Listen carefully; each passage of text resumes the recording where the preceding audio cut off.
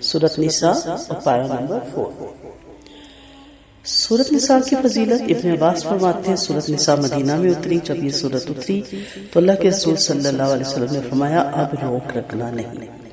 ابن مسعود فرماتے ہیں مجھے سورۃ نساء کی 5 آیتیں اس قدر پیاری ہیں کہ میں انہیں دنیا اور ما فیہا کے بدلے میں بھی دیکھ کر خوش نہیں ہو سکتا۔ ایک یہ ان اللہ لا یظلم مثقال ذرۃ، اور دوسری ان تجتنبوا کبائر ما تنہون، اور تیسری ان اللہ لا یغفر ان یشرک بہ، اور چوتھی ولو انہم اذا ظلموا انفسهم جاءوک۔ مستند احمد میں ہے کہ 5ویں آیت ومن یعمل سوء ہے، ابن جریر کی روایت ہے۔ ابن عباس فرماتے ہیں اس امت کے لیے نساء کی 8 آیتیں ان تمام چیزوں سے جس پر سورج نکلتا ہے اور ڈوبتا ہے دنیا اور ما فی سے بہتر ہے۔ پہلی ہے یرید اللہ لیبین لکم، اور دوسری واللہ یرید ان یتوب علیکم، تیسری یرید اللہ ان یخفف عنکم، اور 5ویں مذکورہ آیتیں ہیں جو پہلے 5 ہم نے بتائی۔ ابن عباس فرماتے ہیں مجھ سے نساء کے بارے میں پوچھو، میں نے بچپن ہی میں قرآن پڑھ لیا تھا۔ سورۃ النساء مدینہ میں اتری، اس میں 176 آیتیں اور 24 رکوع ہیں۔ یہ قرآن کریم کی 4تھی سورت ہے باعتبار مصحف، اور 92ویں سورہ ہے باعتبار نزول۔ بسم اللہ الرحمن الرحیم۔ یا ایھا الناس اتقوا ربکم الذی خلقکم من نفس واحدۃ وخلق منها زوجها وبث منهما رجالا کثیرا ونساء واتقوا اللہ الذی تساءلون به والارحام ان اللہ کان علیم رقیبا۔ شروع اللہ کے نام سے جو بڑا مہربان نہایت رحم کرنے والا ہے۔ لوگ اپنے رب سے ڈر جاؤ جس نے تمہیں ایک جان سے پیدا کیا اور اس جان سے اس کا جوڑا بنایا، اور ان دونوں سے بہت سے مرد عورتیں پھیلائیں۔ اس اللہ سے ڈر جاؤ جس کے نام پر ایک دوسرے سے سوال کرتے ہو، رشتے توڑنے سے بچو، یقین مانو اللہ تم پر نگہبان ہے۔ اس آیت میں تقوی کا حکم ہے، یعنی یکتا اللہ ہی کی عبادت کرو جو ایک ہے اور باللہ شریک ہے۔ اس کی قدرت پر غور کرو کہ اس نے تم سب کو ایک جان آدم علیہ السلام سے پیدا کیا، اور جب آدم سو گئے تو ان کی بائیں اور پچھلی پسلی سے ہوا پیدا کی۔ بیدار ہو کر دیکھا تو وہ اچھی معلوم ہوئی اور ان سے مانوس ہو گئی، اور ہوا بھی آپ سے مانوس ہوگی۔ تخلیق عورت ابن عباس فرماتے ہیں چونکہ عورت مرد سے پیدا ہو اس لیے اس کی رغبت مرد کی طرف ہوتی ہے، اور مرد مٹی سے بنا اس لیے اس کی رغبت زمین کی طرف ہوتی ہے، اس لیے تم اپنی عورتوں کو روک کر رکھو۔ ابی حاتم کی روایت ہے رحمت اللہ عالمین صلی اللہ علیہ وسلم نے فرمایا عورت پسلی سے پیدا ہوئی، اور پسلی کا بھلائی حصہ زیادہ ٹیڑھا ہوتا ہے، اگر تم اسے سیدھا کرنا چاہو گے تو توڑ دو گے، اگر فائدہ اٹھاؤ گے تو ٹیڑھے پن کی حالت ہی میں فائدہ اٹھا سکو گے۔ پھر فرمایا ان دونوں آدم اور حوا کے ساتھ تمام انسان پیدا کیے گئے۔ انسان کی مختلف انواع و صفات، مختلف رنگ و روح، مختلف شکل و صورتیں اور مختلف زبانیں، پھر انہیں لوٹ کر اللہ ہی کے پاس جانا اور محشر میں جمع ہونا ہے۔ جس نے انہیں زمین پہ پھیلا دیا وہی انہیں محشر میں سمیٹ لے گا۔ پھر حکم ہے کہ اللہ سے جس کے نام پر سوال کرتے ہو ڈر کر اس کے اطاعت میں لگے رہو۔ فرما برداری اور صلہ رحمی کی اس آیت میں تاکید ہے، یعنی اس اللہ سے ڈرتے رہو جس کی قسمیں کھا کر عہد و پیمان کرتے ہو، کسی صورت اور کسی حال میں بھی کبھی کیے ہوئے عہد نہ توڑو، اور قطع رحمی سے بچ کر صلہ رحمی اختیار کرو اور اس نے سلوک سے پیش آؤ۔ اللہ تعالیٰ عرش پر ہے لیکن اس کا علم ہر جگہ موجود ہے۔ پھر کہا گیا کہ اللہ تمہارا نگہبان ہے، یعنی اللہ تمہاری تمام حالتوں اور عملوں سے باخبر ہے۔ فرمایا واللہ علی کل شیء شہید۔ المجادلہ میں آپ پڑھیں گے اللہ ہر چیز پر گواہ ہے کیونکہ اس کا علم ہر جگہ موجود ہے۔ اللہ کے رسول صلی اللہ علیہ وسلم نے فرمایا اللہ کی اس طرح عبادت کرو جیسے تم اسے دیکھ رہے ہو، یہ مقام حاصل نہ ہو تو یقین رکھو کہ اللہ تمہیں دیکھ رہا ہے۔ رقیب کے مراقبہ کا خیال رکھو کہ اللہ تمہیں ہر وقت دیکھ رہا ہے، اس کا مراقبہ ہمدم تمہارے ساتھ ہے۔ یہ جو اللہ نے فرمایا کہ انسان کی اصل پیدائش ایک ماں باپ سے، اس لیے فرمایا کہ لوگ آپس میں محبت کریں، طاقتور کمزور پر شفقت اور مہربانی رکھیں، ان سے حسن سلوک سے پیش آئے۔ جب مزری محتاجی اور یہ صرف چادروں میں رحمت اللہ علیہ صلی اللہ علیہ وسلم کے پاس آئے تو آپ نے ظہر کی نماز کے بعد کھڑے ہو کر اور یہی آیت پڑھ کر خطبے میں فرمایا یا ایھا الذین آمنوا اتقوا اللہ، اے مومنو اللہ سے ڈر جاؤ۔ سورۃ حشر کی یہ آیات ہیں، اور ہر شخص کو سوچنا چاہیے کہ اس نے کل کے لیے کیا آگے بھیجا ہے کہ پھر آپ صلی اللہ علیہ وسلم صحابہ کرام کو صدقات و خیرات کا شوق دلاتے، پھر انہیں کسی نے دینار دیے اور کسی نے درہم دیے، کسی نے گیہوں دیے اور کسی نے کھجور دیے۔ تو یہی آیتیں پڑھی آپ صلی اللہ علیہ وسلم نے اس وقت. وَآتُوا الْيَتَامَىٰ أَمْوَالَهُمْ وَلَا تَتَبَدَّلُوا الْخَبِيثَ بِالطَّيِّبِ وَلَا تَأْكُلُوا أَمْوَالَهُمْ إِلَىٰ أَمْوَالِكُمْ إِنَّهُ كَانَ خوباً کبیرہ. یتیموں کو ان کے مال سے دو اور ردی مال اچھے مال سے نہ بدلو، اور ان کے مال اپنے مالوں میں اس ملا کر نہ کھو، کیونکہ یہ بہت بڑا گناہ ہے. اگر تمہیں ڈر ہو کہ یتیم بچیوں سے نکاح کر کے انصاف نہ کر سکو گے تو پسند کی عورتوں سے نکاح کر لو، 2 سے 3 سے 4 سے. پھر اگر تم کو ان میں برابری نہ کرنے کا ڈر ہو تو ایک ہی کافی ہے. یاد ہی رکھو جس کے پاس جس کے تمہارے ہاتھ مالک ہوئے لونڈی، یہ ایک طرف جھک جانے سے بچنے کے لیے قریب ترین طریقہ ہے. خوشی سے عورتوں کو ان کے مہر دے دیا کرو، پھر اگر اپنی خوشی سے ان میں سے کچھ تمہارے لیے چھوڑ دیں تو ہنسی خوشی کھاؤ. یہاں اس میں سب سے پہلے ہم دیکھتے ہیں یتیم کے مال کی حفاظت کا ذکر ہے. یعنی جب یتیم اچھی طرح سے بالغ ہو جائے تو بلا خیانت اور کمی کہنے ان کا پورا مال دے دیا کرو. ان کا مال اپنے مال میں ملا کر اسے ہضم کرنے کی نیت نہ رکھو. جب اللہ تعالیٰ نے تمہیں حلال روزی دی ہے تو حرام کی طرف کیوں جھکو؟ سرتری اور روزی چھوڑ کر گندی روزی کی طرف کیوں رخ کرو؟ خوب یعنی گناہ. ایک دعا ہے اللہم اغفر لنا خوبنا و خطایانا، اے اللہ ہمارے گناہ اور خطائیں معاف فرما. ایک دفعہ ابو ایوب رضی اللہ عنہ نے اپنی اہلیہ کو طلاق دینا چاہیے. ان سے اللہ کے رسول صلی اللہ علیہ وسلم نے فرمایا یا ابا ایوب ان طلاق کا ام ایوب کانا خوبا. ابو ایوب کو طلاق دینا گناہ ہے، چنانچہ انہوں نے طلاق نہیں دی. بلا مہر یتیم بچی سے نکاح کی ممانعت ہے. یعنی اگر کسی کے پاس کوئی یتیم بچی ہو اور وہ اس سے نکاح کرنا چاہے مگر یہ بھی اندیشہ ہو کہ اسے مہر مثل نہ دے سکے گا تو اس سے نکاح نہیں کرنا چاہیے. اگر کوئی عورت تلاش کر لے، کیونکہ عورتیں بہت ہیں اور نکاح میں تنگی نہیں. صدیقہ رضی اللہ حضرت عائشہ صدیقہ رضی اللہ عنہ فرماتی ہے کہ ایک شخص کی پرورش میں ایک یتیم بچی تھی جس کے پاس مال بھی تھا، کھجوروں کا باغ بھی تھا. اس نے لالچ میں آ کر مہر مقرر کیے بغیر اس سے نکاح کرے اور مہر دیا ہی نہیں. اس پر یہ آیت اتری. میرے خیال میں یہ بھی فرمایا کہ بچی کا اس کے باغ اور مال میں حصہ تھا. عروہ بن زبیر صدیقہ رضی اللہ عنہ سے اس کا مطلب پوچھتے ہیں. فرماتی ہیں اس سے مراد وہ یتیم بچے جو کسی کی سرپرستی میں اور اس کے مال میں حصہ دار بھی ہو. اس کے سرپرست کو اس کا مال، اس کا حسن اور جمال اچھا معلوم ہو اور اس سے نکاح کرنا چاہے مگر مہر میں انصاف مد نظر نہ رکھ کر اسے پورا مہر نہ دے، لہٰذا اسے اس سے نکاح کرنے کی ممانعت کر دی گئی. مگر اس صورت میں کہ مہر میں انصاف سے کام لے، حکم کیا گیا کہ اپنی پسند کی دوسری عورت سے شادی کر لے. حضرت عائشہ فرماتی ہیں آیت کے اترنے کے بعد صحابہ نے سلسلے میں اللہ کے رسول صلی اللہ علیہ وسلم سے فتاوی پوچھا تو اللہ نے وَيَسْتَفْتُونَكَ فِي النِّسَاءِ اتاری. حضرت عائشہ فرماتی ہیں وَتَرْغَبُونَ أَن تَنكِحُوهُنَّ سے بمال وغیرہ جمال والی یتیمہ سے بے رغبتی مراد ہے. اللہ تعالیٰ نے لوگوں کو منع کیا کہ وہ اس یتیمہ سے بھی شادی نہ کرے جس کی طرف ان کے مال اور جمال کی وجہ سے راغب ہوں، جب تک کہ مہر میں انصاف مد نظر نہ رکھ سکے. کیونکہ جب بے مال وغیرہ جمال والی یتیمہ سے بے رغبتی کرتے ہو تو مال اور جمال والی کو بھی چھوڑ دیں اور دیگر جس عورت سے بھی چاہیں شادی کر لیں. بیک وقت 4 سے زیادہ عورتوں کی ممانعت. 2 یا 3 یا 3 سے یا 4 سے 2 یا 3 یا 4 مراد ہے. فرمایا اللہ کا شکر ہے کہ جو 2 3 اور 4 پروں والے فرشتوں کو پیغام دینے کے لیے پیغامبر بناتا ہے. یعنی کسی فرشتے کے 2 پر ہوتے ہیں، کسی کے 3 اور کسی کے 4. سورۃ فاتر کی آیت ہے. اس سے یہ ثابت نہیں ہوتا کہ فرشتوں کے 4 پروں سے زیادہ پر نہیں ہوتے، کیونکہ دلیل سے معلوم ہوتا ہے کہ 4 پروں سے زیادہ پروں والے فرشتے بھی ہیں. لیکن انسان کا نکاح میں 4 سے زیادہ عورتیں جمع نہیں کر سکتے، چونکہ یہ مقام احسان و اباحت ہے. اگر 4 سے زیادہ عورتوں کا جمع کرنا مباح ہوتا تو اس مقام پر بیان کر دیا جاتا. نیز سنت رسول صلی اللہ علیہ وسلم اللہ کی طرف سے بیان کرتی ہے کہ آپ کے علاوہ کسی اور کو ایک وقت میں 4 عورتوں سے زیادہ نکاح میں رکھنا منع ہے. انس رضی اللہ عنہ فرماتے ہیں کہ اللہ کے رسول صلی اللہ علیہ وسلم نے 15 عورتوں سے شادی کی، نیز 13 سے خلوت سیاح کی اور 11 آپ کے پاس بے وقت جمع رہی. جب فوت ہوئے تو 9 بیویاں چھوڑی، لیکن یہ حکم آپ ہی کے ساتھ خاص تھا. امت کو 4 سے زیادہ کی اجازت نہیں، کیونکہ حدیث سے 4 سے زیادہ کا ثبوت نہیں ملتا. ابن عمر رضی اللہ عنہ فرماتے ہیں جب غیلان ثقفی مسلمان ہوئے تو ان کے پاس 10 بیویاں تھیں. آپ صلی اللہ علیہ وسلم نے فرمایا 4 چن لو اور باقیوں کو چھوڑ دو.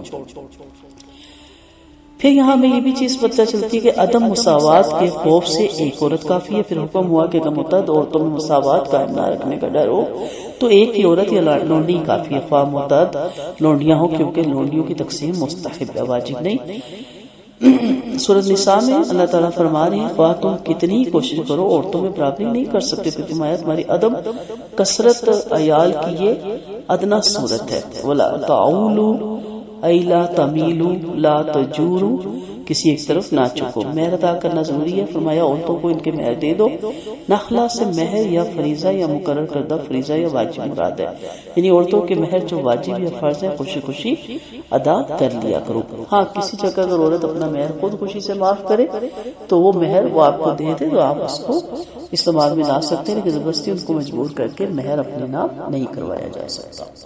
وَلَا تُؤْتُوا السُّفَهَاءَ أَمْوَالَكُمُ الَّتِي جَعَلَ اللَّهُ لَكُمْ قِيَامًا وَارْزُقُوهُمْ فِيهَا وَاكْسُوهُمْ وَقُولُوا لَهُمْ قَوْلًا مَعْرُوفًا۔ اور جب بیوقوفوں کو اپنا مال نہ دو جیسے اللہ نے تمہارے گزران کا سبب بنایا، ہاں اس میں سے انہیں کھلاؤ پلاؤ اور پہناؤ اوڑاؤ اور ان سے مقبول و نرم بات کرو، یتیموں کی اصلاح کرتے ہو جب تک نکاح کی عمر کو نہ پہنچے، پھر اگر ان میں ہوشیاری دیکھو تو ان کا مال دے دو، اسے اڑا کر جلدی سے نہ کھاؤ کہ ایسا نہ ہو کہ بڑے ہو جائیں گے اور سودہ حال بچتا رہے اور محتاج دستور کے مطابق کھا لے، پھر جب تم انہیں ان کے مال دو تو اس پر گواہ کر لو، انصاف کرنے والا اللہ کافی ہے۔ اب یہاں بتایا جا رہا ہے کہ نادانوں کو مال دے کر انہیں تصرف کی اجازت نہ دیجیے، کیونکہ یہ مال ان کی زندگی کا ذریعہ ہے جس سے تجارت کر کے روزی کمائی جاتی ہے۔ معلوم ہوا کہ بیوقوفوں کو کاروبار اور تصرف سے روک دیا جائے۔ حجر روکنے کی کئی صورتیں ہیں، مثلا کبھی تو انسان کی کم سنی کی وجہ سے تصرف سے روکا جاتا ہے کیونکہ وہ گفتگو کے ڈھنگ سے نافذ ہوتا ہے، کبھی دیوانگی کی وجہ سے، کبھی عقل اور ذہانت کی کمی کی وجہ سے، اور کبھی افلاس کی وجہ سے کہ چاروں طرف سے قرض میں گرا ہوا ہے اور موجودہ مال ادائے قرض کے لیے کافی ہے۔ اگر قرض حاکم سے موجودہ مال کو رکوا دے تو حاکم تصرفات سے روکا اسے دیوالیہ قرار دے دے گا۔ صفحات سے بیٹے اور بیویاں، سرکش خادم، یتیم بچے اور عورتیں سب اس میں آ جاتی ہیں۔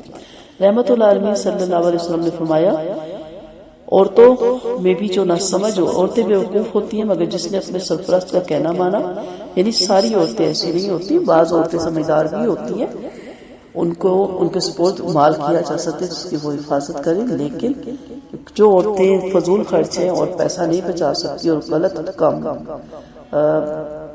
اسراف پہ پیسہ خرچ کر دیتی ہیں، اور جب مرد کو ضرورت پڑے تو اس کے پاس پیسہ ہوتا ہی نہیں، تو پھر ایسی عورتوں کو بھی پیسہ نہ دیا جائے، ورنہ یہ آیتیں صرف عورتوں کے لیے نہیں اتری، ورنہ زیادہ تر علماء نے کہا کہ یہ عورتوں ہی کے لیے اتری ہیں۔ آپ صلی اللہ علیہ وسلم نے فرمایا انہیں کھلاؤ اور پہناؤ، یعنی ان کا خرچ اٹھاؤ، انہیں نرمی سے معاملات کی واقعی نوعیت سمجھا دو۔ ابن عباس فرماتے ہیں حق تعالی نے تم کو جو مال دیا تمہارے گزرے اوقات کا ذریعہ بنا ہے، اسے بیوی بچوں کو نہ دو، خود ان کے دست نگر بن جاؤ اور وقت ضرورت ان کے ہر کام کو پورا کرو، ہر ضرورت ان کی پورا کرو۔ ابو موسیٰ فرماتے ہیں 3 شخصوں کی دعا کبھی نہیں قبول ہوتی، جو اپنی بدخلق بیوی کو طلاق نہ دے، جو اپنے مال بیوقوفوں کو پکڑا دے، حالانکہ اللہ فرماتا ہے کہ اپنے مال بیوقوفوں کے حوالے مت کرو، یہ قول ہے ان کا، حدیث نہیں ہے۔ اب کہا گیا کہ کم حوالے کرو، بلوغت کی نشانی۔ ابتلا سے آزمائش اور نکاح سے عقل اور فہم، ہوشیاری اور بلوغت مراد ہے۔ لڑکوں میں بلوغت کی نشانی احتلام ہے۔ علی رضی اللہ عنہ فرماتے ہیں میں نے آپ صلی اللہ علیہ وسلم سے بات یاد رکھی کہ احتلام بلوغت کے بعد یتیمی نہیں رہتی، دن بھر کی خاموشی رات تک جائز نہیں۔ 3 شخصوں سے قلم اٹھا لیا گیا، بچے سے بلوغت یا 15 سال کی عمر تک، سونے والے سے جاگنے تک، اور دیوانے سے ہوش میں آنا تک۔ لیکن بلوغت کا یہ بھی مراد ہے کہ ایک بچہ اگر 12 سال میں بالغ ہو جاتا ہے تو اگر اس کی پراپرٹی آپ کے پاس ہے تو آپ اس کے حوالے کریں، اس وقت تک نہ دیں جب تک کہ آپ اس کو جانچ نہ لیں، جب تک آپ یہ نہ سمجھیں کہ وہ سمجھدار ہو چکا ہے۔ ایک شخص نے رحمت اللہ صلی اللہ علیہ وسلم سے سوال کیا کہ میں محتاج ہوں، میری کفالت میں یتیم ہے۔ فرمایا یتیم کے مال میں سے بلا اسراف کے خرچ کرو، یہ نہ کرنا کہ مال جمع کر لو یا خوب بڑھاؤ یا اپنا پیسہ بچا کر اس کا پیسہ خرچ کرو، اس کے پیسے سے اپنا مال چھڑوا لو، اس کے مال سے اپنا مال نہ بچانا اور نہ اس کے مال سے مالدار بننے کی کوشش کرنا۔ صاف ستھری حدیث ہے، اگر آپ ویل آف ہیں تو آپ کو ضرورت ہی نہیں ہے اس کا مال کھانے کی، اس کا مال بچائے، اس پہ اپنا مال لگائیں، اس کا بہت اجر اور ثواب ہے۔ لیکن اگر آپ خود ڈیزرونگ ہے تو اتنا یوز کر سکتے ہیں اس کے مال کو کہ جتنا اس کا بھی گزران ہو جائے اور آپ کا بھی گزران ہو جائے، اور اس کے بعد کوشش کریں کہ اس کا مال جلدی ختم کرنے کی کوشش نہ کی جائے۔ للرجال نصیب مما ترک الوالدین والاقربون وللنساء نصیب مما ترک الوالدین والاقربون مما قل منهم او کثر نصیبا مفروضا۔ ماں باپ اور رشتہ داروں کے ترکے میں مردوں کا بھی حصہ ہے، ماں باپ اور رشتہ داروں کے ترکے میں عورتوں کا بھی حصہ ہے، خواہ مال تھوڑا ہو یا بہت مقرر کیا ہو حصہ۔ اگر تقسیم کے وقت رشتہ دار اور مساکین آ جائے تو کچھ انہیں بھی کھلا دو، ان کو معقول بات سمجھا دو۔ انہیں ڈرنا چاہیے کہ لوگ خود اپنے پیچھے ننھے بچے جن کے ضائع ہونے کا خدشہ چھوڑ جائیں تو کیا چاہتے ہیں، لہٰذا انہیں اللہ سے ڈرنا چاہیے، جچی تولی بات کہنی چاہیے۔ جو لوگ ظلم سے یتیموں کا مال کھا جاتے ہیں وہ اپنے پیٹ میں جہنم کی آگ ہی بھر رہے ہیں اور جلد ہی جہنم میں جانے والے ہیں۔ اصل میراث میں وارث برابر ہے۔ مشرک میت کی بڑی اولاد کو ترکہ دے دیا کرتے تھے اور عورتیں اور بچوں کو قتل محروم کر دیا جاتے تھے، یہ آیت یعنی اللہ کے نزدیک اصل ترکے میں سب کو مساوی حقوق حاصل ہے۔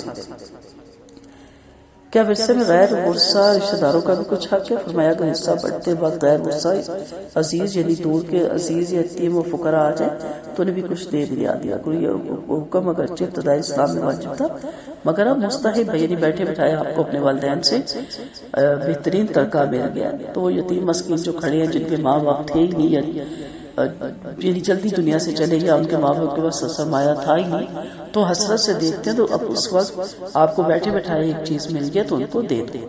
ابن عباس فرماتے ہیں تقسیم ترکہ مراد ہے، یعنی جب ورثہ بڑھتے وقت غیر وارث عزیز فقراء یتیم مساکین موجود اور مال بڑھتا ہوا دیکھے تو انہیں بھی خیال آتا ہے کہ ہمیں بھی کچھ مل جانا چاہیے۔ اللہ تعالیٰ نے فرمایا کہ ان کے ساتھ بھی کچھ سلوک کرو تاکہ اس احسان سے بھی یہ بھی خوش ہو جائے۔ اللہ کی شفقت اور عنایت پر غور کیجیے کہ سب کا اللہ تعالیٰ نے خیال رکھا ہے۔ خلاف شرع کام کی اصلاح 9 نمبر آیت میں بتایا گیا۔ ابن عباس فرماتے ہیں حکم اس شخص کے بارے میں جس کے سامنے ایک شخص مرتے وقت وارثوں کو نقصان دے وصیت کر جاتا ہے مگر وہ اسے روکتے نہیں۔ اللہ اس کو یہ حکم دے رہا ہے کہ یہ اسے صحیح راہ سمجھا کر اس پر لگا دے، اس کے وارثوں کو اسی نگاہ سے دیکھے جس نگاہ سے اپنے وارثوں کو دیکھنا پسند کرتے جبکہ ان کے ضائع ہونے کا اندیشہ ہو۔ ایک دفعہ اللہ کے رسول صلی اللہ علیہ وسلم سعد بن ابی وقاص کی بیمار پرسی کے لیے تشریف لائے۔ سعد نے پوچھا یا رسول اللہ صلی اللہ علیہ وسلم میرے پاس مال اور میری ایک بچی بھی ہے، کیا میں 2 تہائی صدقہ کروں؟ فرمایا نہیں بولے اور آدھا؟ فرمایا نہیں بولے اور 1 تہائی؟ ہاں اور تہائی بھی بہت ہے، لیکن اپنے وارثوں کو مالدار چھوڑ کر جانا فقیر چھوڑ جانے سے بہتر ہے کہ وہ لوگوں کے سامنے ہاتھ پھیلایا کریں۔ پھر یتیموں کا مال اڑانے کے بارے میں آیت نمبر 10 میں وعید ہے۔ دیکھو یتیموں کا مال ناحق کھانا پیٹ میں جہنم کا آگ ٹھوسنا۔ اس وجہ سے فرمایا کہ جب لوگ بلا وجہ یتیموں کے مال پر ہاتھ صاف کرنے لگے تو وہ آگ کھا گے، مال قیامت کے دن ان کے پیٹوں میں آگ بن کر بھڑکے گا۔ اللہ کے رسول صلی اللہ علیہ وسلم نے فرمایا 7 تباہ کن گناہوں سے بچو۔ صحابہ نے پوچھا کون کون سے؟ فرمایا شرک، جادو، ناحق قتل، سود خوری، یتیم کا مال کھانا، لڑائی سے بھاگنا اور بھولی بالی معصوم عورتوں پہ الزام لگانا۔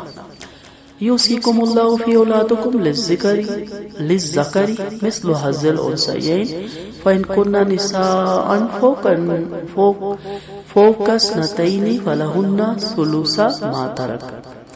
اور اللہ تمہاری اولاد کے بارے میں تاکیدی حکم فرماتا ہے کہ ایک مرد کا 2 عورتوں کے حصے کے برابر ہے، پھر اگر 2 سے زیادہ عورتیں ہوں تو انہیں ورثہ میں 2 تہائی اور اگر 1 ہو تو اس کے لیے نصف ہے۔ ماں باپ میں سے ہر ایک کے لیے ورثہ میں 1/6 حصہ بشرطیہ بننے والے کی اولاد ہو، اور اگر اولاد نہ ہو اور وارث ماں باپ ہی ہو تو ماں کے لیے 1 تہائی، اور اگر کئی بھائی بھی ہو تو ماں کے لیے 1/6 حصہ۔ یہ حصہ وصیت یا قرض کے بعد ہے۔ تمہیں خبر نہیں کہ ماں باپ میں سے کون نفع کی حیثیت سے تمہارے قریب ہے، یہ اللہ کا فریضہ ہے اور اللہ خوب جاننے والا اور خوب حکمت والا ہے۔ یہ ماں بعد والی آیت کے اور اس صورت کے خاتمے والی آیت علم و فرائض کے بارے میں وہ حدیثیں جو اس سلسلے میں آیتوں کی وضاحت میں آتی ہیں وہ یہاں ان کو بیان کر دیتے ہیں۔ علم فرائض کی فضیلت، علم فرائض اور رسم کے علم کو کہتے ہیں۔ حدیث میں علم فرائض سیکھنے کی فضیلت آتی ہے، خصوصاً یہ فرائض تو تمام فرائض میں اہم ہے۔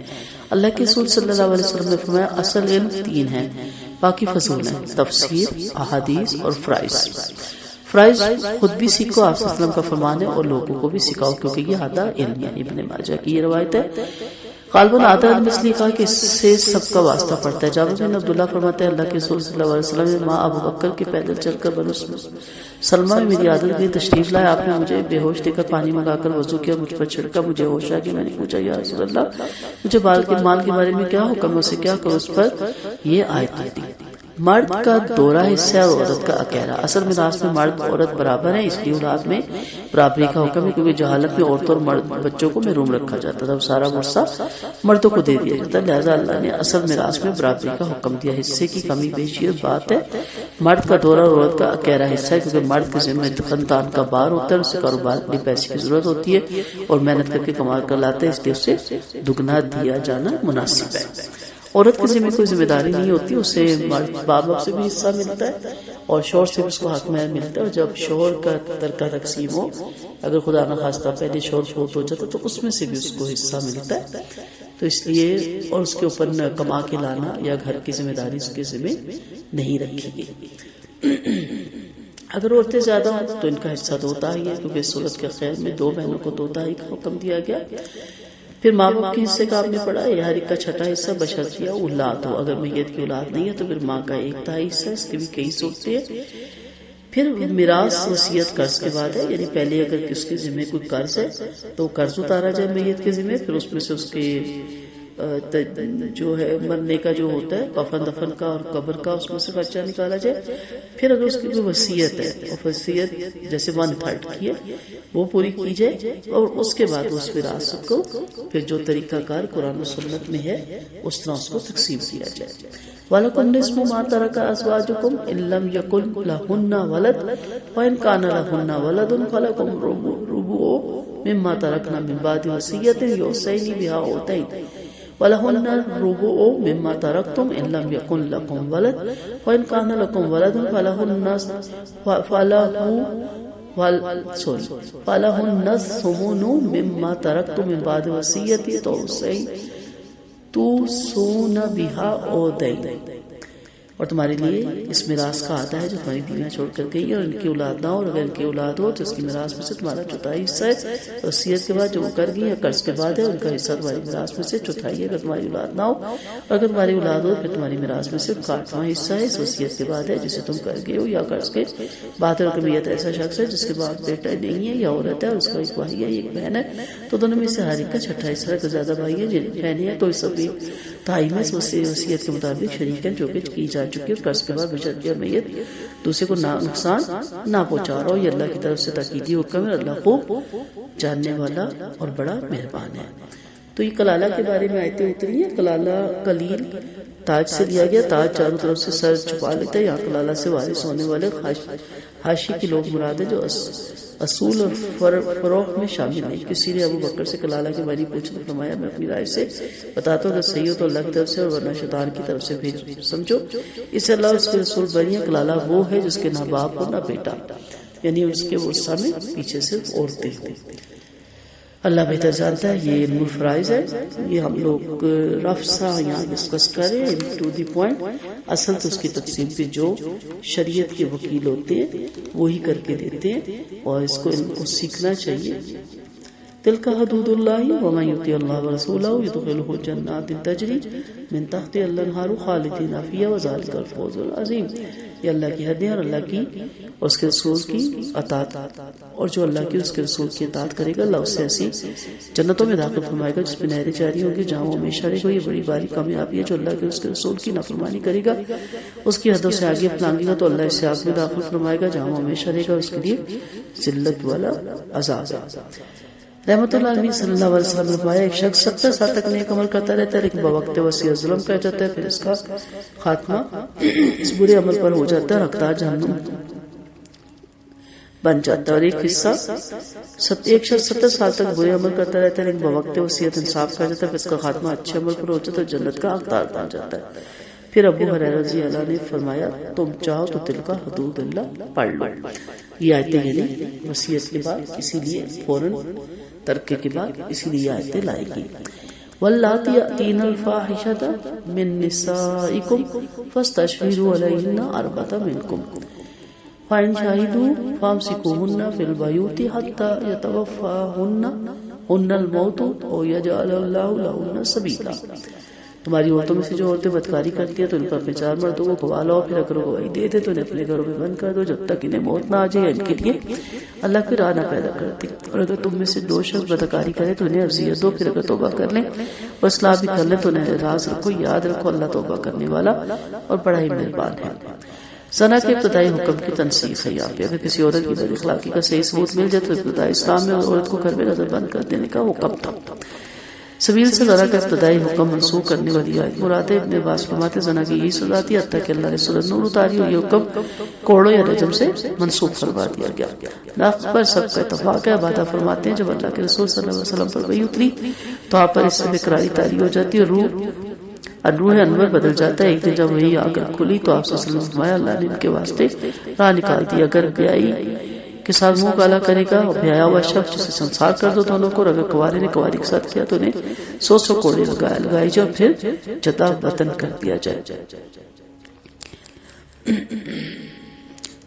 یہاں پہ دوسری آیت میں لواتیوں کا حکم ہے، ان لواتت کرنے والوں کو اذیت دو، یعنی ان دونوں کو اذیت دو، برا بلا کو شرم اور غیرت دلاؤ، جوتے مارو تاکہ ان کو شرم آ جائے۔ یہ شروع کا حکم تھا، اللہ نے اس حکم کے سائے سے منسوخ کر دیا۔ سورۃ نور کی آیت کی اس کے نسخ زانیہ اور زانی کا حکم آیت سے ثابت ہے، لواتیوں کا حکم حدیث سے۔ رحمت اللہ علیہ صلی اللہ علیہ وسلم نے فرمایا تم جسے لواتت کرتے ہوئے دیکھو تو فاعل و مفعول دونوں کو قتل کر دو۔ اگر لونڈی زنا کر لے تو اس پر بھی حد جاری کرنی چاہیے اور حد کے بعد جو اس کے گناہ کا کفارہ ہے اسے تانا نہیں دینا چاہیے۔ انما التوبۃ علی اللہ للذین یعملون السوء بجہالۃ ثم یتوبون من قریب فاولئک یتوب اللہ علیہم وکان اللہ علیما حکیم۔ اللہ اس کی توبہ قبول فرماتا ہے جو جہالت سے برائی کر بیٹھے پھر فوراً ہی توبہ کر لیتا ہے، ایسا کہ اللہ توبہ قبول فرما لیتا ہے اور اللہ بڑا علم والا اور بڑی حکمت والا۔ ان کے لیے توبہ نہیں جو برائیاں کرتے ہیں، حتیٰ کہ جب ان میں کسی کو موت آ جاتی ہے تو کہتے ہیں کہ میں اب توبہ کرتا ہوں، نہ ان کی توبہ قبول ہوتی ہے نہ کفر کی حالت۔ جو کفر کی حالت میں مر جاتے ہیں ہم نے ان کے لیے دردناک عذاب تیار کر رکھا ہے۔ توبہ کس کی قبول ہوتی ہے؟ یعنی اس کی توبہ قبول ہوتی ہے جو نادانی سے برا کام کر لے پھر وہ توبہ قبول کر لے۔ کچے مال کو موت کو دیکھنے کے بعد نرخرے میں جب آواز آ جائے تو اس سے پہلے توبہ کیا۔ پھر کہا گیا کہ جس نے غلطی سے جان بوجھ کر گناہ کیا وہ جاہل ہی ہے جب تک گناہ سے باز نہ جائے۔ رحمت اللہ علیہ صلی اللہ علیہ وسلم نے فرمایا اللہ بندے کی توبہ اور غرض سے پہلے قبول فرما لیتا ہے۔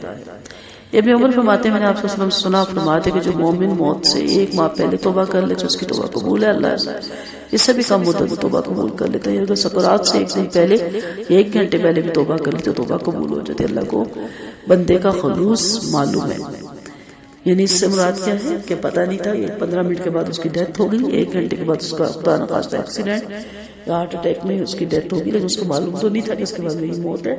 یعنی جب بھی اس کو اللہ نے توبہ کی توفیق دی، ہاں موت کا جب ہاتھ پڑ جائے تو پھر تو پتہ ہی ہوتا ہے کہ اب میں نے جانا ہے، تو اس وقت کی توبہ پھر قابل قبول نہیں۔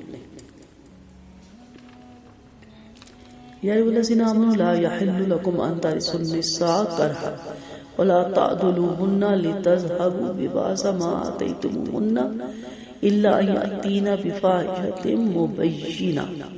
مومنو تمہیں یہ حلال نہیں ہے کہ زبردستی عورتوں کے وارث بن بیٹھو انہیں تنگ کرنے کے لیے، نہ رکو تاکہ ان سے جو کچھ تمہارا دیا ہوا لے لو، مگر جبکہ وہ کھلی بھی حیائی کرے ان کے ساتھ دستور کے مطابق زندگی بسر کرو۔ اگر وہ تمہیں ناپسند ہے تو ممکن ہے کہ تم ایسی چیز ناپسند کرو جس میں اللہ نے بڑی خوبی رکھی ہو، اور اگر تم کسی عورت کی جگہ دوسری عورت بدلنا چاہو اور ان کو ایک مال کا ڈھیر چل چکی ہو تو اس میں سے کچھ بھی نہ لو۔ کیا تم وہ مال ناحق اور کھلے گناہ سے لینا چاہتے ہو؟ تم اس سے وہ مال کس طرح لے سکتے ہو حالانکہ تم ایک دوسرے تک پہنچ چکے اور وہ تم سے مضبوط عہد لے چکی ہیں؟ اور ان عورتوں سے نکاح نہ کرو جن سے تمہارے باپ نکاح کر چکے ہیں، ہاں جو پہلے ہو چکا سو ہو گیا۔ واقعی یہ بے حیائی اور بغض کا کام ہے، بری راہ ہے۔ باپ کی بیوی بیٹے پر حرام ہے، اس طرح بیٹے کی بیوی بھی باپ پہ حرام ہے۔ کسی شخص کے مرنے کے بعد اس کے ولی اس کی بیوی کے حقدار سمجھے جاتے تھے، پھر یا تو وہ خود اس سے نکاح کر لیتے یا اپنی مرضی سے کسی اور سے اس کا نکاح کر دیتے یا اسے بٹھائے رکھتے۔ اولیاء عورت کی بانسبت یہی لوگ عورتوں کے زیادہ حقدار سمجھے جاتے تھے۔ پھر یہ آیت اتری۔ پھر بیویوں کو تنگ نہ کیا جائے، یعنی سب سے کچھ مال ملے، اکٹھا رہنے کے بعد انہیں تنگ کیا جائے تاکہ آدھا مہر لے لیں یا سارا مہر چھوڑ دیں، ساری چیزیں اس میں آ جاتی ہیں۔ حسن معاشرت کا یہاں پہ حکم ہے کہ بیویوں کے ساتھ حسن معاشرت رکھو، اچھا برتاؤ کرو، نرمی محبت سے پیش ہو، حسب فرصت اپنی حالت بھی اچھی رکھو، جیسے تم اپنی بیویاں بنی صبر نہیں دیکھنا چاہتے ہو اس طرح تمہیں وہ بھی بنا صبر نہ دیکھنا چاہتے ہیں۔ عاشروہن میں رحمۃ اللہ علیہ صلی اللہ علیہ وسلم نے فرمایا تم میں اچھا وہی ہے جو اپنی بیوی کے ساتھ اچھا ہو، میں بھی اپنی بیویوں کے ساتھ بہت اچھا ہوں۔ آپ ازواج مطہرات سے بڑی محبت اور پیار سے، کمال خوش اخلاقی سے اور خاص پیش آیا کرتے تھے، انہیں خوش رکھتے تھے، ان سے میٹھی میٹھی باتیں کرتے تھے، ان کے دلوں پر میل نہیں آنے دیتے تھے اور ان کے کھلانے پلانے میں تنگی نہیں کرتے تھے اور نئے فراغی سے خرچ دیا کرتے تھے، ان سے ایسی مزے مزے کی باتیں کیا کرتے تھے کہ مسکرا دیتی تھی۔ پھر آ جاتا ہے کہ اگر کوئی اور اپنی بیوی چھوڑ کر دوسروں سے نکاح کرنا چاہتا ہے تو اس کے مہر سے جو کچھ بھی اس نے دیا ہوا ہے اس سے واپس نہ لے، اور اگرچہ اس نے اس مہر میں خزانہ ہی کیوں نہ دیا، اور معلوم ہوا کہ زیادہ زیادہ مہر دینا بھی واجب ہے، منع نہیں ہے، بشرطیہ کہ ادا کر سکے، صرف لکھا نہ رہ جائے۔ مہر کی کوئی حد مقرر نہیں ہے، ہر انسان اپنی وسعت کے مطابق دے سکتا ہے، لیکن دینا نہیں اور خالی لکھنا نہیں، یہ اسلام میں پسندیدہ نہیں ہے۔ پھر باپ کی بیویاں حرام، اس دور میں اگر باپ مرتا 10 یا 12 ان کی بیویاں ہوتی تھی، ظاہر اپنے سے چھوٹی ہوتی تھی لڑکوں سے، ان کے والد شادیاں کرتے رہتے تھے تو لڑکے اپنی باپوں کی جو بیویاں پیچھے رہ جاتی تھی انہیں اپنے نکاح میں لے لیتے تھے۔ پھر اس چیز کو حرام قرار دیا کا جہالت میں باپ کی بیویوں سے نکاح کرنے کا عام دستور تھا، اب وہ گزر گیا، آئندہ ایسا نہیں کرنا۔ ستیلی ماں سے نکاح کرنے والے کا کیا حکم ہے؟ فرمایا یہ بری راہ ہے، یعنی اس کے لیے بری ہے جو اس راہ پر چلتا ہے، یعنی ستیلی ماں کا بھی اسی طرح حکم ہے، یعنی یہ رشتہ جو ہے یہ حقیقی محرم والا رشتہ بن جاتا ہے۔ حرمت علیکم امہاتکم و بناتکم و اخواتکم و اماتکم و خالاتکم و بنات الاخ و بنات الاخت و امہاتکم اللاتی ارضعناکم و اخواتکم من الرضاعۃ و امہات نسائکم و ربائبکم اللاتی فی حجورکم من نسائکم اللاتی دخلتم بہن۔ تم پر حرام ہے تمہاری مائیں، بیٹیاں، بہنیں، پھوپھیاں، خالائیں، بھتیجیاں، بھانجیاں، رضائی مائیں اور بہنیں، ساسیں، مدخلہ عورت کی لڑکیاں، لیکن اگر تم نے ان سے ہمبستری نہیں کی تو ان کی لڑکیاں حلال ہیں، اور نیز سگے بیٹوں کی بیویاں اور 2 بہنوں کا بیک وقت جمع کرنا حرام ہے مگر جو گزر گئے، یقیناً مانو اللہ بڑے بخشنے والا بڑا ہی مہربان ہے۔ واضح آیات نسب، رضاعت اور سسرال سے حرمت والے رشتے بتائے گئے۔ نسب سے، رضاعت سے اور سسرال سے جو رشتے حرام ہیں اس آیت میں ان کا بیان ہے۔ ابن عباس فرماتے ہیں 7 رشتے نسب سے حرام ہیں اور 7 سسرال سے۔ پھر یہ آیت پڑھ کر سنائے۔ نسب سے جو 7 رشتے حرام ہیں، ماں، بیٹی، بہن، پھوپھی، خالہ، بھتیجی۔ نسبی رشتوں کی طرح رضائی رشتے بھی حرام ہیں۔ رحمۃ اللہ علیہ صلی اللہ علیہ وسلم نے فرمایا رضاعت بھی ولادت کی طرح 7 رشتے حرام کرتی ہے۔ جو رشتے نسب سے حرام ہیں وہی رضاعت سے بھی حرام ہے۔ رضاعت محرومہ کی مقدار آیت عامہ میں، لیکن آپ صلی اللہ علیہ وسلم نے اس کی وضاحت اپنے قول سے بیان فرما دی، لہذا ہر مومن کا فرض ہے کہ اس کو بغیر کسی دلیل کے، بغیر کسی شک کے آپ صلی اللہ علیہ وسلم کی یہ بات مانی جائے۔ آپ صلی اللہ علیہ وسلم نے فرمایا 1 یا 2 بار چوسنے سے حرمت ثابت نہیں ہوتی، یعنی ماں کا یا رضائی ماں کا پستان 1 یا 2 دفعہ منہ میں لینے سے حرمت ثابت نہیں ہوتی۔ کہا جاتا ہے کہ جب تک کہ پیٹ بھر کے دودھ نہ پیا جائے۔ حضرت عائشہ کا قول ہے کہ قرآن میں یہ آیت بھی تھی 10 بار دودھ پینے سے حرمت ثابت ہوتی ہے، پھر یہ 10 بار 5 بار سے منسوخ ہوگی، اب صرف 5 بار دودھ پینے سے رضاعت ثابت ہوتی ہے۔ وفات رسول صلی اللہ علیہ وسلم کے بعد قرآن میں اسی طرح پڑھا جاتا تھا۔ بہت سی اس کے بارے میں آپ کو حدیث سے مل جاتی ہیں۔ ساس کی حرمت بیٹی کے نکاح کے ساتھ ہی ساس داماد پر حرام ہو جاتی ہے، خواہ صحبت ہو یا نہ ہو، لیکن بیوی کے ساتھ آئی ہوئی یعنی پہلے اس کے شوہر کی جو بیٹیاں اس وقت تک اس کے لیے حلال ہے۔ اگر وہ اپنی بیوی سے ہم بستری نہ کر لے، اگر آپ نے بستری کر لے تو پھر وہ لڑکیاں اس کے لیے حرام ہو جاتی ہیں۔ اگر ہم بستری سے پہلے ماں کو طلاق دے دے تو ان کی لڑکیوں سے نکاح کر سکتا ہے، اس لیے فرمایا کہ ایسی صورت میں ان سے نکاح کرنے میں کوئی گناہ نہیں۔ یہ حکم ربیبہ کے ساتھ خاص ہے، لہذا اس بات پر اجماع ہے کہ جب کوئی کسی سے نکاح کر لے تو بیوی کی ماں اس پر حرام ہے، خواہ بیوی سے صحبت ہوئی ہو یا نہ ہوئی ہو۔ جب کسی لڑکی کی ماں سے نکاح کر لے اور صحبت سے پہلے طلاق دے دی ہو تو یہ لڑکی اس کے لیے حلال ہے۔ ربیبہ حرام ہے، خواہ شوہر کی تربیت میں ہو یا نہ ہو۔ فی حجورکم میں مردوں سے خطاب ہے اور اکثریت کے اعتبار سے ہے۔ مطلب یہ کہ جو تمہاری عورتیں اپنے ساتھ پہلے شوہروں کی بیٹیاں لے کر آئے، بستری کرنے سے پہلے تک تو تم پہ حلال تھی، لیکن اگر تم نے اس خاتون سے بستری کر لی تو پھر اس کی بیٹیاں تم پہ حرام ہو گئی۔